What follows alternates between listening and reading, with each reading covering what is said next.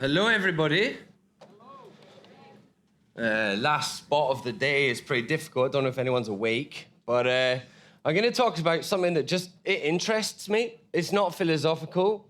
It's just, do you know what? I think a lot of people have chefs have kind of clicked onto this umami thing. And to be honest, I'm kind of sick of people talking about umami because taste is really, really complicated. So I wanted to kind of broaden the perspective. I should say here, when I talk about biochemical menu, of course, I'm an advocate of real food. I just think it's quite interesting to understand like what's in that food that actually makes it taste good. So here we go. So on these grapes, withered little grapes from my conservatory, are little yeasts. And those little yeasts have chemical sensors, right? And lots of little microorganisms like this actually have chemotaxis. Chemotaxis is the ability to sense what's in the environment and move towards or away from it if you like it or you don't. And that's basically what we do too, right? We like stuff, sugary things or whatever it is, we move towards it. So I wanted to kind of take some of these ideas and then see like how we can use them. This really bad image is a little moth larva inside a grape. Grapes are a bit of a running theme. But the discipline of chemical ecology was basically born out of a desire to stop pests, agricultural pests. So moths, you know, they release pheromones when they're ready to have sex, and all the females run towards the males and vice versa. And basically what you can do is release a load of these chemicals from a trap, and then all the moths stupidly go into the trap, get stuck there, and then you don't get little maggots in your grapes. Well, basically humans are not that much different, right? If you stick a lot of fat and sugar in a donut, and then all the humans, they run towards the donuts, right? It's the same philosophy. So some stuff we don't like, right? This is tasting Underberg bitters and salt in high concentrations. It's pretty disgusting. Other stuff we do like, chocolate and sugar. Yes, thank you very much, we like it. And there's a lot of things we like. In fact, we like most of these kinds of things, all in the right concentrations. So yes, we have lots of different types of receptors. So I'm going to go through some of these different groups of receptors, which are immensely complicated, and mostly like not just in your mouth and not just in your nose, they're through your entire gastrointestinal system. And that's because your whole body wants to know what's going on, not just your mouth. These are bioactive chemicals, basically, that you eat, and then your body makes sense of them, digests them as it needs to. So the reason we like sweetness is because it tells us where carbohydrates are in the world. That's really, really important, okay? The reason we like umami is glutamate. It's an amino acid, building block of proteins. It tells us there are proteins. These are T1Rs, okay? And umami and sweet, they're very, very closely related senses, actually. They share one sensor, the T1R3 sensor. So just thinking quickly about carbohydrates. Now, looking at monkey, and really all of this is totally useless information unless we can apply it, right? So here's a monkey that got incredibly developed sense of smell for ethanol, as in alcohol, and acetic acid, which is vinegar. The reason for that is if you're in a jungle and you can smell those things and you go towards them, they invariably lead you to ripe fruit. And we like the same, okay? We like the alcohol. Tree shrews are drunk 36% of the time. And they're our earliest common ancestor with all the rest of the primates. So the application of this is put alcohol and put vinegar in your food and people like it, right? Just like adding soy sauce to increase umami. But we've got to broaden that kind of perspective and start talking about acids and other things, and some acids are more fun than others. Umami and synergism, right? So the great thing about umami is not just umami, actually. There's these amazing potential for augmenting it with, for example, this 5-IMP and 5-GMP. 5-IMP is what's in katsuobushi. It's what's in loads of it in pork fillet. And that's why those things are put in dashis, basically, because it augments the glutamate. 5-GMP is in shiitake mushrooms. So 5-GMP, at a completely unperceivable quantity, can times your perception of the umami by over 40, right? So these kinds of compounds, when they're in there, they basically enhance your experience of the food. And it's not MSG. It's other compounds which are enhancing that. So it's kind of taste modifying. Then there's also this sort of mythical thing of kokumi, which is sort of, it's a calcium channel receptor. And it's quite interesting. It's been described as mouthfulness, thick flavor, continuity. And these are peptides. The really poetic way I heard of describing this is, you know, when you have a stew and you make a big stew and then you eat the stew, and it's nice, right? But if you make the stew and then you leave it overnight on the hob, because you don't put it in the fridge, because it's fine not to put it in the fridge, and everyone knows that, and then you have it the next day warmed up, then it's so much more delicious. And the reason for that is basically the proteins kept breaking down. Kokumi is these peptides, right? So these little lists here, the glu, val, gly, they're amino acid names, and they're small peptides. And those peptides are, again, they're your body's way of recognizing easily digestible proteins in the environment. So that's what that's all about. Basically, presence of these kinds of things makes food more delicious, but the reason for that is you're biologically pre-programmed to be able to take these things and work out that food's good for you. Bitterness, we've got some coffee cherries there. So there's about 42 different phenotypes of these TAS2Rs, right? Which are like the bitterness. It's the most evolved part of your taste perception is bitterness. The reason for that is loads of bitter stuff is really toxic. And it's very, very early on, like microbes and mice and all these kinds of things have very, very developed bitterness perception. Actually, we've got much less than monkeys, for example. The reason we've got much less is evolutionarily, we've lost the pressure. So about 2 million years ago, we started eating loads of animals. The great thing is animals have got loads of bitter receptors. So they go around and they select what's poisonous and what's not poisonous. If you eat animals, you're pretty much safe because the animals are generally non-toxic. And then about 1 million years ago, arguably more, depending on who you listen to, we started using fire. Fire, again, great for detoxifying things. And so we've got much less of these bitterness receptors. Anyway, we've got loads of them, loads of these different things. The TAS2R38, that is the one that's most studied. The reason for that being that it's so perceptive to these compounds, prop and phenylamide and something, blah, blah, blah. And that's how you know this super taster, non-taster thing.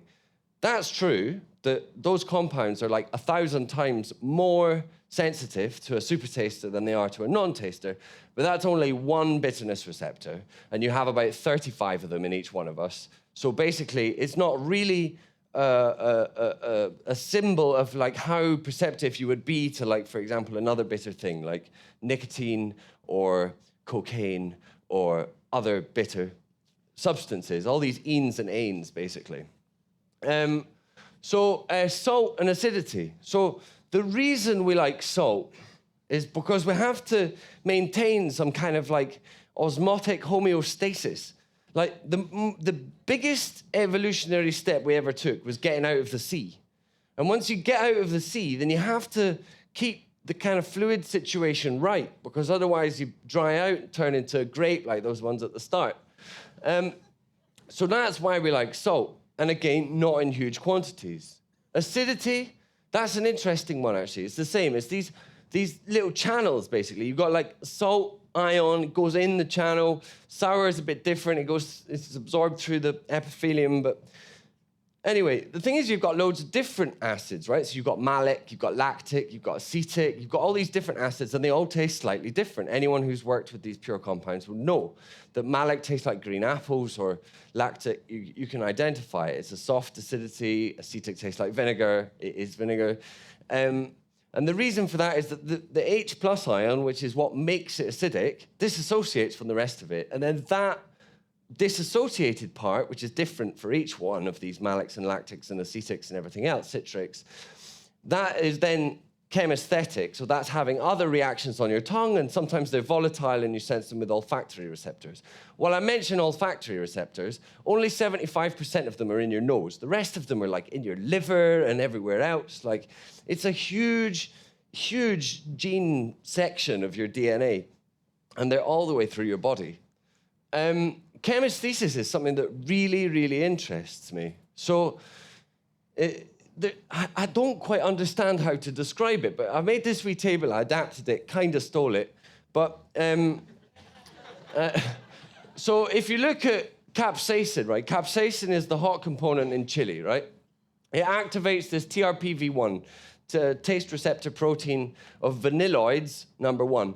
And it's hot, right? It burns. And I don't know what the sense is, but if you look at these and you see, okay, piperine from black pepper activates the same one. Cinnamon does have a burn. If you put like a cinnamon in your mouth and hold your nose, you don't know it's cinnamon, but you can feel a burn. And it's the same burn as chili pepper. Now, that TRPV1 is actually your hotness receptor. So if you stick your arm in boiling water, it really hurts. That's because your TRPV1s are being activated. And what these chilies and peppers and all that does is lowers the activation temperature of that. So basically, rather than being triggered at like 58 degrees or whatever it is, it's then being triggered at body temperature. So then you feel like you're burning when you're not.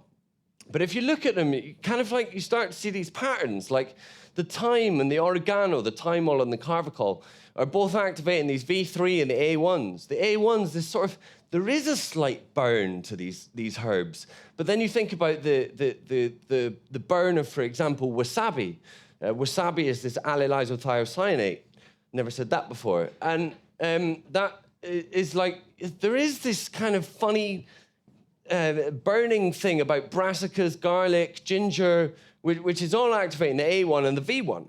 And the more and more I look at these things, the more and more I'm sort of fascinated by how it is that we can use that knowledge to actually stimulate more senses when we cook for someone and get a result. And like, I just find it intellectually stimulating. Menthol's another interesting one. That's stimulating this M8, the taste receptor protein menthol 8. And that's your cool receptor. Vice versa to the V1. That's what's being activated when you stick your hand in ice water, and that's cold. And that's your M8s going brrr.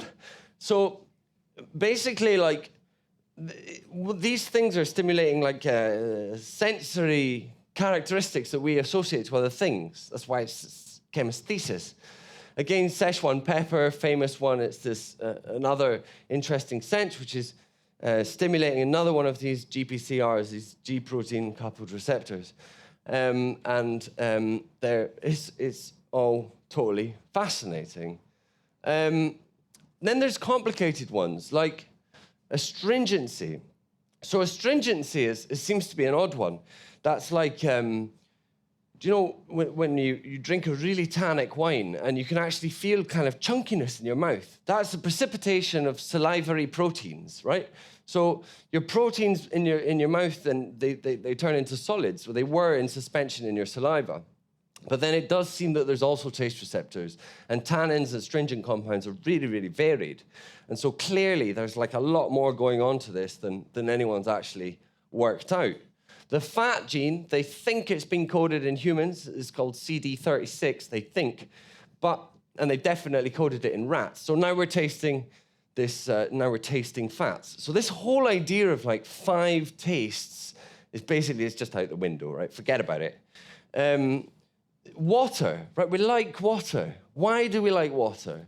Like, when we drink water, already the chemistry in our body is changing. So our body knows we're drinking water. It's not just any old fluid. It's not oil. It's water. Your body knows it. There must be a sensor which is sensing that and telling us what's going on. Another complicated one, metallic senses. When you lick money,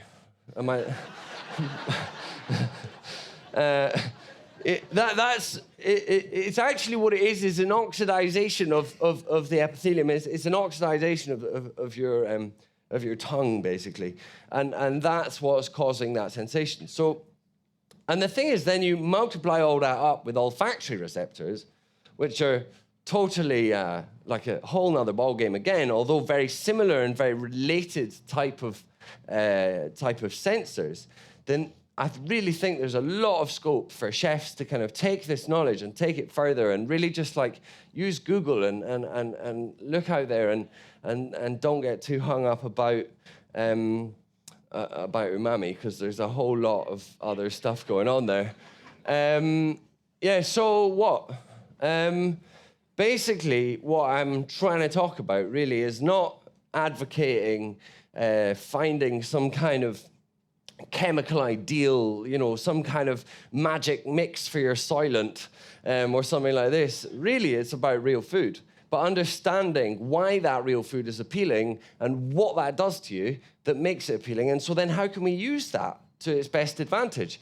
And really what appeals to me about it is this idea that there's a biological basis for the aesthetics. So when we're talking about, you know, allowing the belly to direct the menu, or allowing our kind of, allowing the heart to direct what you eat, really what you've got to recognize actually is it's a biological basis. So, whistled through that pretty quickly, and that's what's interesting me right now. So thanks very much.